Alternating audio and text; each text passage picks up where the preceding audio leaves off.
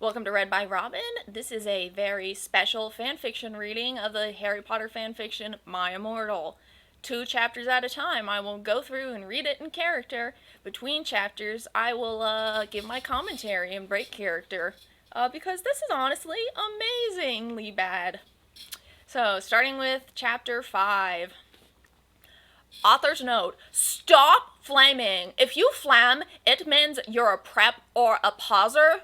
The only reason Dumbledore swore is because he had a headache, okay? And on top of that, he was mad at them for having sex.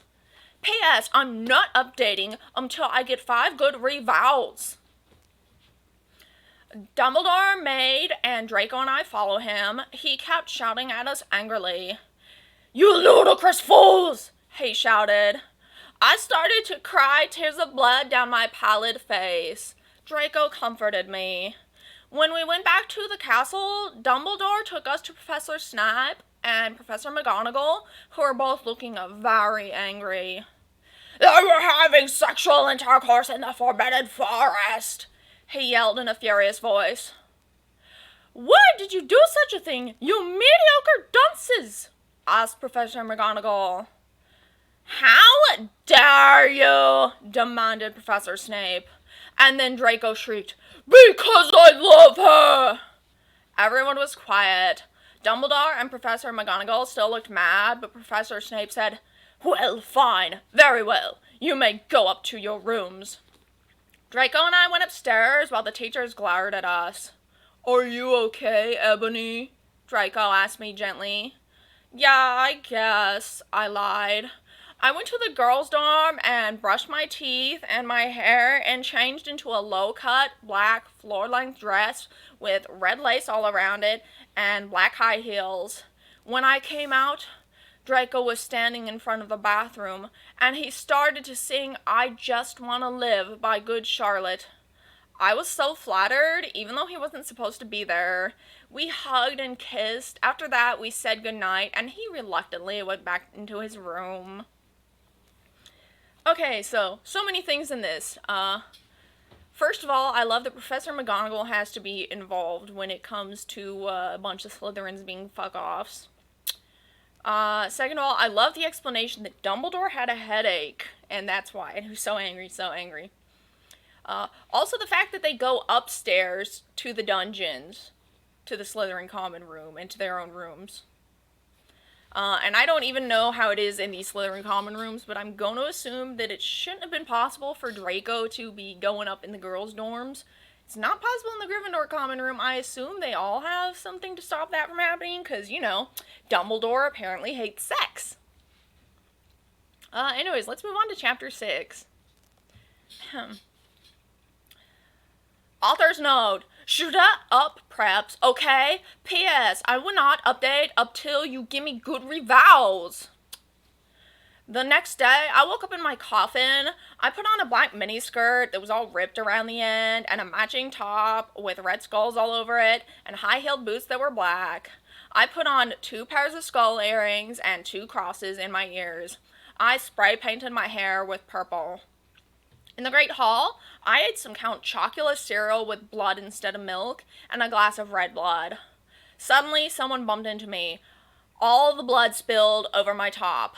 "Bastard!" I shouted angrily.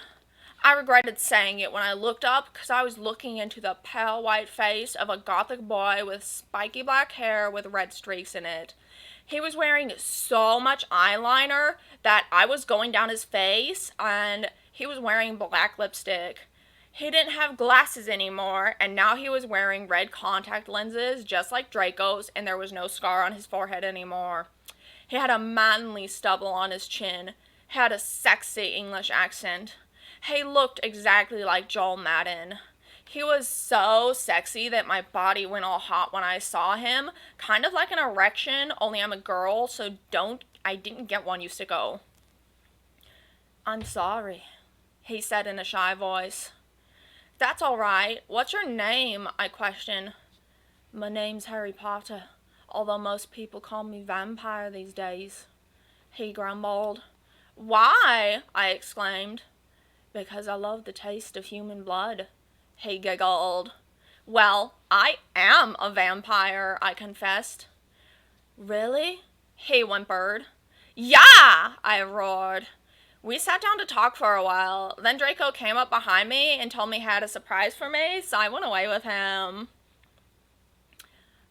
So, again, there's just like so much to go with this. First of all, Count Chocula exists here. So, Count Chocula, I have an opinion that he is an actual entity.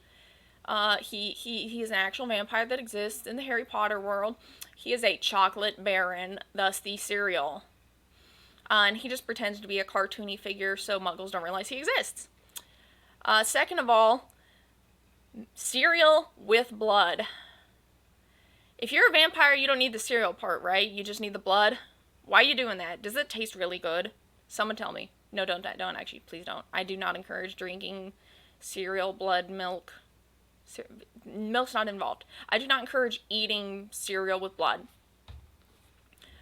Second of all, I love the fact that she, like, recognized who he was, kind of, because she's like, there was no scar on his forehead anymore.